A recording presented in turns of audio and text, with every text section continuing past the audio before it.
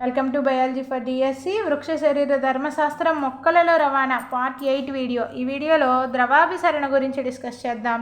వృక్ష కణము కణత్వచము కణకవచంతో ఆవరించబడి ఉంటుంది. అవును కదా, వృక్ష కణము కణత్వచము మరియు కణకవచంతో ఆవరించబడి ఉంటుంది. కణకవచము నీరు ద్రావితాలకు సంపూర్ణ పారగమ్యత చూపుతూ ఏ పదార్థాలను అడ్డుకోదు.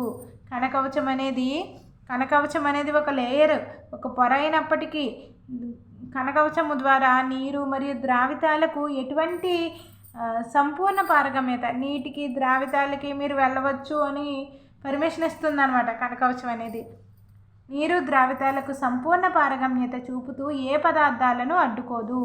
మొక్కల కణాలలో కేంద్రీయంగా ఉన్న పెద్ద రిక్తిక ఉంటుంది. దీనిలో నిండి ఉన్న కణరసము ద్రావిత శక్మాన్ని ఏర్పరుస్తుంది. మొక్క కణాలలో ఏముంటుంది? మధ్యలో కేంద్రీయంగా ఉన్న పెద్ద రిక్తిక ఉంటుంది.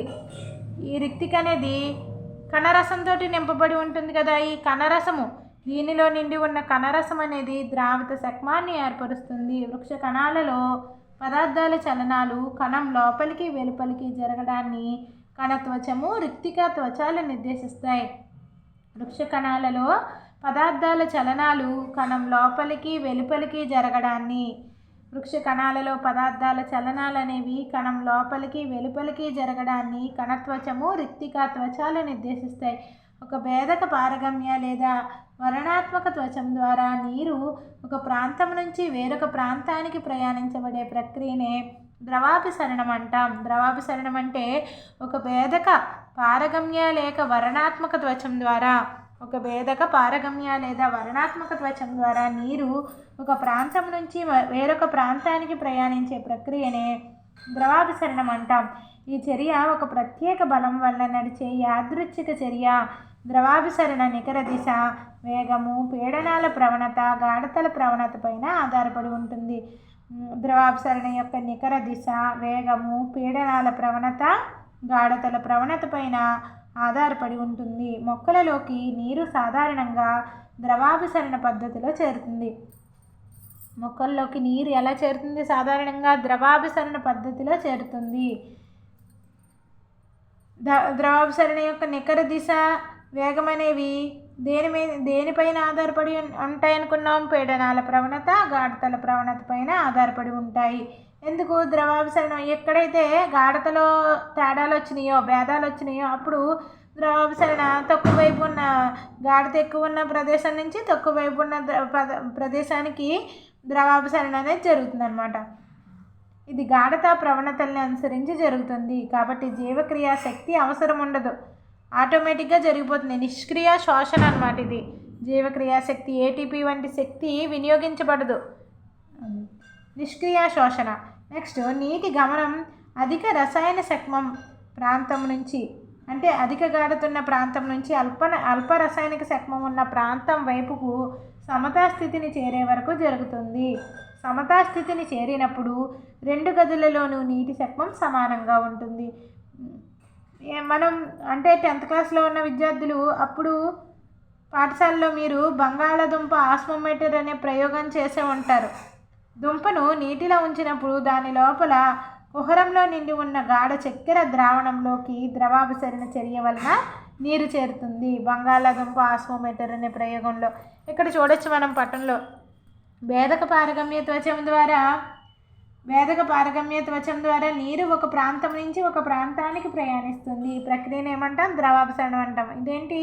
భేదక పారగమ్య త్వచం ఒక గదిలోంచి మరొక గదిలోకి గాఢతా ప్రవణతను అనుసరించి ద్రవాభిసరణ అనేది జరుగుతుంది. ద్రవాభిసరణ ప్రక్రియలో ఇక్కడ ఇంటర్మీడియట్ లెవెల్లో మరొక ప్రయోగం అనేది ఇవ్వడం జరిగింది.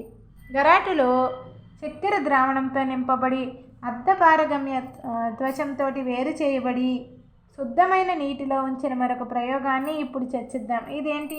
ఇంకొక ప్రయోగం అనమాట. ఇక్కడ ఏం చేశారు ఈ ప్రయోగంలో? ఇది ప్రయోగం యొక్క పిక్చరు. అర్ధపారగమ్య త్వచాన్ని కోడిగుడ్డు నుంచి పొందవచ్చు మనం. ఇక్కడ అర్ధపారగమ్య త్వచం ద్వారా మనం ద్రవాభిసరణ జరుగుతుంది. ఈ భేదక పారగమ్య త్వచాన్ని ఏర్పరచాలి కదా, రెండు వేరువేరు ప్రదేశాల నుంచి ద్రవాభిసరణ జరుగుతుందని నిరూపించడానికి. అయితే ఇక్కడ ఈ పారగమ్య త్వచాన్ని ఎక్కడి నుంచి సేకరించాం? కోడిగుడ్డు నుంచి సేకరించాం. కోడిగుడ్డును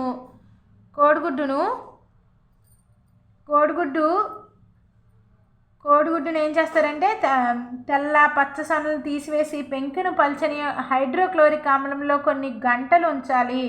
గుడ్డు పెంకును కరిగి త్వచం లభిస్తుంది. నీరు గరాటిలోనికి ప్రవేశిస్తుంది. దాంతో గరాటిలోని ద్రావణ మట్టం పెరుగుతుంది. ఈ చర్య సమతాస్థితి చేరే వరకు జరుగుతుంది.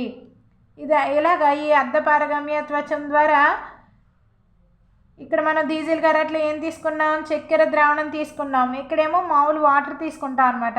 అయితే ఇక్కడ చక్కెర ద్రావణంలో ఉన్న గాఢత ఉంది కాబట్టి ఇక్కడ తక్కువ గాఢత ఉంది కాబట్టి తక్కువ గాఢత నుంచి ఎక్కువ గాఢత వైపుకు నీరు అనేది ప్రవహించడం జరుగుతుంది. ఒకవేళ సుక్రోజ్ అణువులు త్వచం ద్వారా బాహ్య ప్రసరణ చెందకుంటే అసలు సమతాస్థితి సంభవిస్తుందా? త్వచం ద్వారా నీరు గరాటిలోనికి చేరకుండా ఉండాలంటే ఇక్కడ మనం ఏం చేసాం, బి పటములో ఒత్తిడి పీడనం అనేది కలిగించామన్నమాట.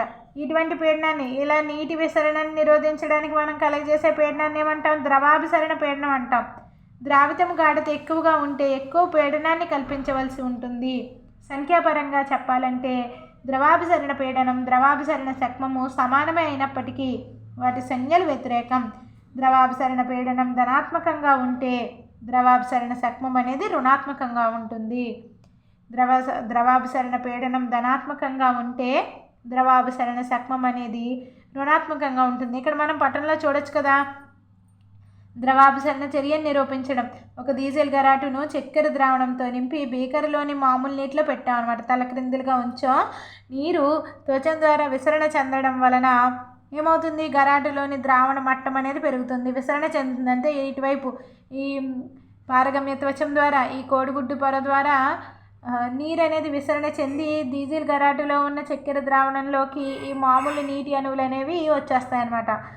ఇక్కడ బీ పటంలో ఏం చేసాం మనం, ఇలా జరగకూడదని చెప్పి, అంటే విసరణ ప్రక్రియ ఎలాగా ఈ ద్రవాభిసరణని నిరోధించడానికి మనం పైనుంచి పీడనాన్ని కలగజేసాం. దాన్ని ఏమనుకున్నాం, ద్రవాభిసరణ పీడనం అనుకున్నాం. ఈ ద్రవాభిసరణ పీడనాన్ని అనువర్తింపజేయడం వలన ఈ డీజిల్ గరాటులోకి చక్కెర అణువులు రాకుండా ఉంటాయన్నమాట.